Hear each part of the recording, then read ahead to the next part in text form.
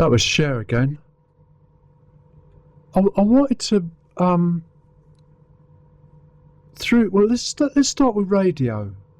But there's a few other areas where I think these trends are going to have an effect on what's going on. So radio, you have worked on hospital radio, and you've been involved in that as well. Yeah, I was involved in Hospital Radio Exeter, and also when I was at Torquay College, Radioactive it was called, in Torbay. I was involved in that as well. I was presenting there as well.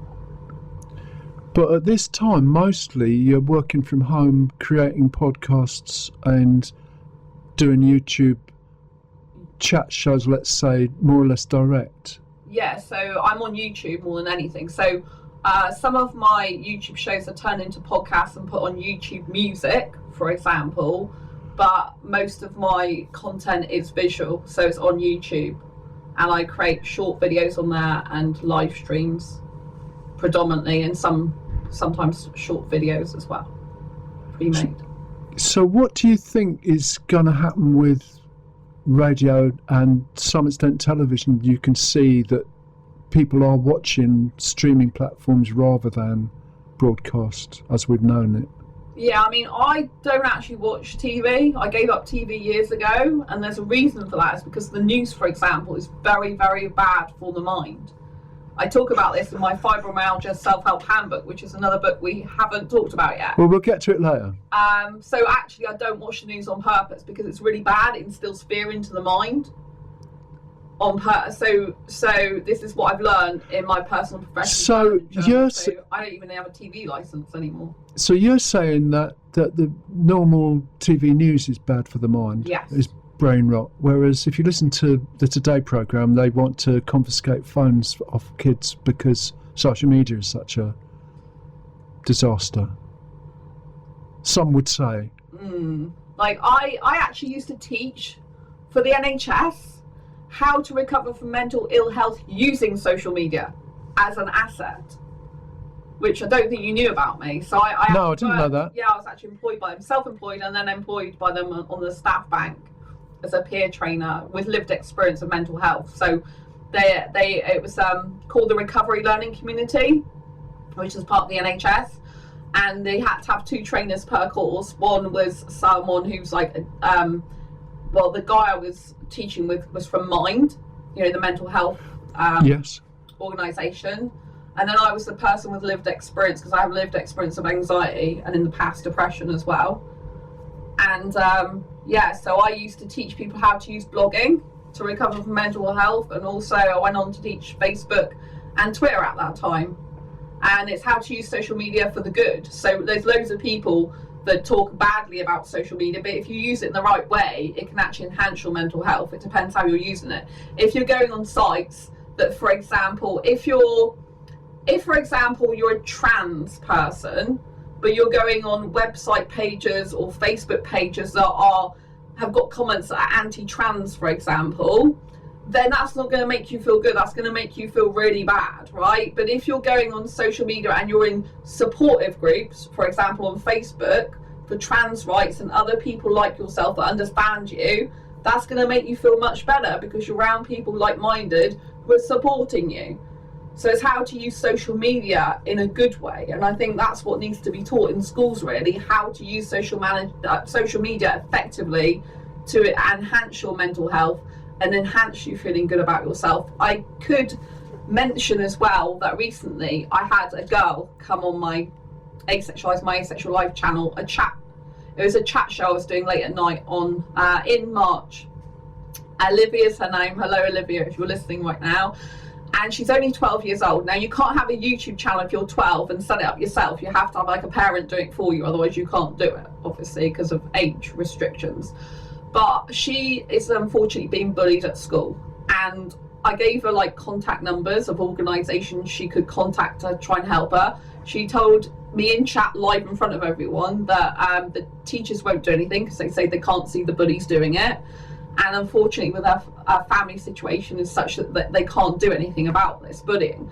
Now, while I wish so much I could do something personally about this, I don't know which school she goes to, and there's nothing I can personally do about it because I'm not involved directly in her life. But I told her, in a world like with the bullies that's trying to drown your voice out, what you should do is use your voice on YouTube and make your voice heard. So when you are, because I used to be bullied at school, so I really related to what she was saying, although she's autistic, and I think that's partly why she gets bullied. And I have autistic friends, and they should not be bullied. They've got a lot of special qualities and gifts. Their mind works in unique, beautiful ways, and they're able to accomplish things that an average person without that intelligence could not actually do. And in my opinion, this is my personal opinion, not medical professional, even though I've worked with the NHS.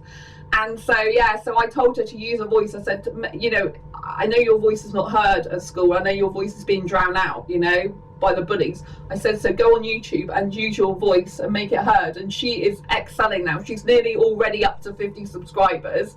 When she gets there, she's going to do a live stream. She's copying my methodology in the sense of, I do videos about my daily life. And I literally just do short videos, like lifestyle vlogs constantly. And so on YouTube, you can be really professional, do polished thumbnails, put videos out there, all this latest tech, if you like, or you can be like me, raw, real, authentic, and consistently put out content of your daily life and document your life, which is a really good method, even if it's raw, real. And that's what she's doing, raw, real. So she's took the idea of doing raw, real content about her daily life, as a school kid, and all the artwork she does, like she does incredible artwork and stuff like that.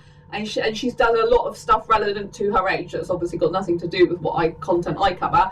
And she's made it her own, and she's already got 100 videos on there, nearly 50 subs. And she's also got over 13,000 views already since the 1st of March. And she's just sailing away. And she's doing so well. And I want, that's what can be achieved. But so many adults are like scared of social media. They're scared of going on it. They're scared of their children going on it for the bad stuff. But this is the good stuff she's doing. She's empowering herself. She's giving herself a voice. She's growing an audience, and she's coming into her own. I wished when I was 12 and I was being bullied at school that I had this advice from someone. Use your voice where people want to hear it and where it makes you feel empowered. And the YouTube channel is like her own thing she can control when she feels out of control at school through what these people are doing, unfortunately. So does that make sense? That makes a lot of sense. But can I just bring you back? Maybe there's no simple answer, but my query was what we can do with radio, because I think Phonic FM, for example, a lot of the people have got social media associated with each show, and Phonic's got its own social media, and places like Mixcloud and YouTube, aspects of the shows are repeated or clips are taken out and so forth. But I don't think we're doing a lot of it, and certainly radio as a format hasn't evolved as much as maybe it needs to, because whether or not phones are available to people in schools, there's a lot of evidence that they are watching a lot of stuff online. So there's no doubt that's where the viewing is going. So I don't know if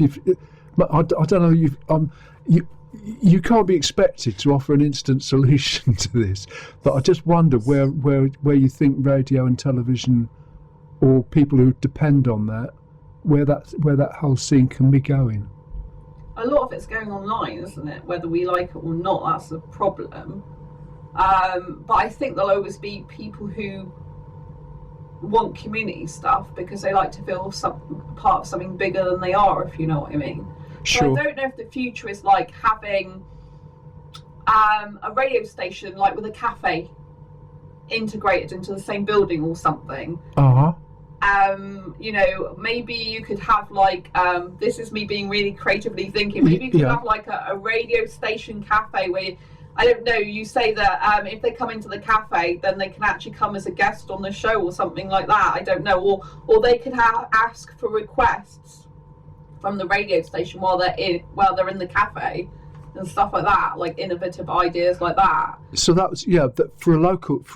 I mean, Phonics, we've now got a DAB signal which is well, it covers Plymouth and Torbay as well. But it started with an aerial or broadcast on the roof of the Phoenix, so it could just reach the area immediately around the Phoenix when the basement is for the studio. So it's very local, and obviously there's a cafe and a bar in the Phoenix, so that's sort of close to what you're saying. Yeah, I once went to like a Butlins, and they had a very innovative. They had like a radio station on the actual Butlins site live. So Right. you could pop in there and ask for radio requests Right. in between going around Butlins, if you know what I mean. So it's like more relevant to the people there. It's like more of an entertainment thing, I guess. Sure. So that obviously that was funded by the actual Butlins itself. So I was talking about funding. Right. Like like you get concessions in stores. There might need to be more like a radio station within stores where they've got a little if you want to talk about funding, they might need to be actually in another bigger environment so that it's not so costly, if you know what I mean. But in terms of like reach, all radio stations should be online, which I think they are these days, aren't they? Mostly. But with a lot of people consuming like content free on YouTube and stuff like that, then obviously a lot more people expect things to be free, don't they? Which I guess is another issue. What do you think? Well, yeah, I think that's the direction. I just don't know the mechanics of how to do it. I mean, you are very successful in your YouTube channel, and it's partly because you concentrate on a particular topic and it's got a clear name, and so if you're consistent with that, people know what to expect from that channel. The problem, I think, for Phonic is it's got a very wide variety of genres of music, and the speech content is so various, it just spins off now and again more or less at random. Yeah. So this YouTube idea of a dedicated channel which is known for something and will attract subscribers because it's consistently dropping a podcast on that topic every 4 days or something, it's quite difficult for most people to maintain that. Yeah, so I've actually expanded. So I just used to focus on asexuality, but now I've expanded into doing lifestyle vlogs as well of all different things in my life, because I realised that for me personally, if I was going to continue enjoying broadcasting and putting my show out, I wanted to create a different content, not just educational, but ones about my asexual life, so people can see the struggles of asexuality on a daily basis and what I get up to. So I do a lot of videos about food I eat. If I go out to an aquarium, for example, I'll film different bits of the aquarium so people get like entertainment with the aquarium. I'll take video footage of the zoo, because I went to the zoo and aquarium for my birthday recently. So I'll take videos of that, just little short videos for people. So it's because I find that being niched down, first of all, works really well, and then broadening works good to attract more people who want different things.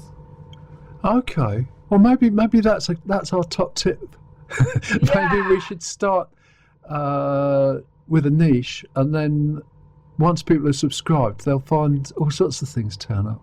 Yeah, I mean, because I call it asexualize my asexual life, like I'm sharing all different aspects of my life, so it is covered under the title. So I think if you're doing a specific show, you need a title that reflects what all the content is about. So I like the fact, for example, Phonic FM is about extra sound alternative, but then you expect to have alternative sound, but what is alternative to other people? Because you need to know what they're currently listening to, how this is alternative to the norm, if you know what I mean. But obviously the conversation is alternative, which could be maybe enhanced more. It's not just like extra sound alternative and talk alternative as well. That's the niche. Probably the unique selling point is the fact you talk about lots of different things. So maybe people need to understand more about the different types of programs and how they can find what they're looking for within your program schedule more. I don't know, like being on social media and having little snippets of different presenters talking about their shows more, and maybe having their own individual Facebook pages as well, that type of thing. Yeah. I know you've got your own YouTube channel, so yes, yes.